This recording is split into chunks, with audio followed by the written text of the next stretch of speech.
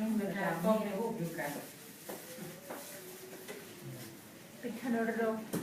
ภาษาเนี่ยมันตั้งแบบนี้แหละ ที่จะเซอร์ ที่ หัว อ่านยังไงไม่ไงล่ะที่